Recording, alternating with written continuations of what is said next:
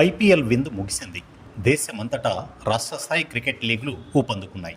తమిళనాడు నుంచి ముంబై వరకు, బెంగాల్ నుంచి రాజస్థాన్ వరకు యువ క్రికెటర్ల ప్రతిభకు తళుకులే మిగిలాయి.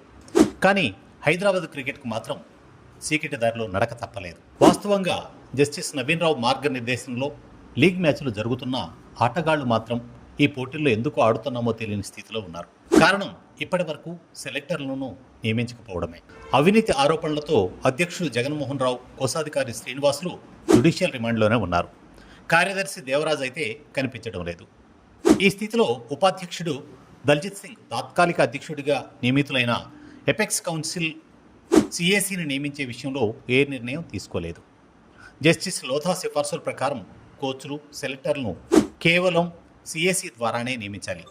కానీ అది ఇప్పటి వరకు జరగలేదు. వందలాది యువ క్రికెటర్లు ప్రతిభతో మెరుస్తున్న సెలెక్టర్లు లేరు, కోచ్లు లేరు. ఆటగాళ్ల ప్రతిభను ప్రత్యక్షంగా పరిశీలించే వారికి అణచివేతే మిగిలింది. రంజీ ట్రోఫీ, అండర్-19, అండర్-23 జట్ల ఎంపికకు ఈ లీగ్లు కీలకం.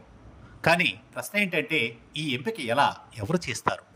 ఏమి ఆధారంగా చేస్తారు? లీగ్ మ్యాచ్ల తర్వాత స్కోర్ కార్డ్ చూసి ఎంపిక చేస్తారా? ప్రత్యక్షంగా బౌలింగ్ యాక్షన్, ఆట తీరు, ఆటగాళ్ల మైండ్ సెట్ చూడాల్సిన అవసరం లేదా? ఆగస్టులో చెన్నైలో జరగనున్న ప్రతిష్టాత్మక టోర్నీలో హైదరాబాద్ జట్టు పాల్గొంటుందా లేదా అన్నదే ఇప్పుడు సందేహంగా మారింది. హెచ్సిఏలో రెగ్యులర్ పరిపాలనా వ్యవహారాలే ఆగిపోయాయి. టెక్ పవర్ ఉన్న ముగ్గురు, అధ్యక్షుడు, కోశాధికారి, కార్యదర్శి ఎవరూ అందుబాటులో లేకపోవడంతో జీతాలు, గ్రౌండ్ నిర్వహణ, బిల్లుల చెల్లింపులు అన్నీ నిలిచిపోయే పరిస్థితి కనిపిస్తోంది. ఇప్పుడు క్రికెట్ అభిమానుల్లో, ఆటగాళ్లలో ఒకే సందేహం: ఇక్కడి నుంచి హైదరాబాద్ క్రికెట్ ఎలా ముందుకు సాగుతుంది? అసలు కొత్త కమిటీ వస్తుందా, లేక రిమాండ్లో ఉన్న వాళ్లే తిరిగి వస్తారా? ఈ స్పష్టత రాకపోతే హైదరాబాద్ క్రికెట్కు తలెత్తిన సంక్షోభం దుర్లభమయ్యే అవకాశమే ఎక్కువగా కనిపిస్తోంది.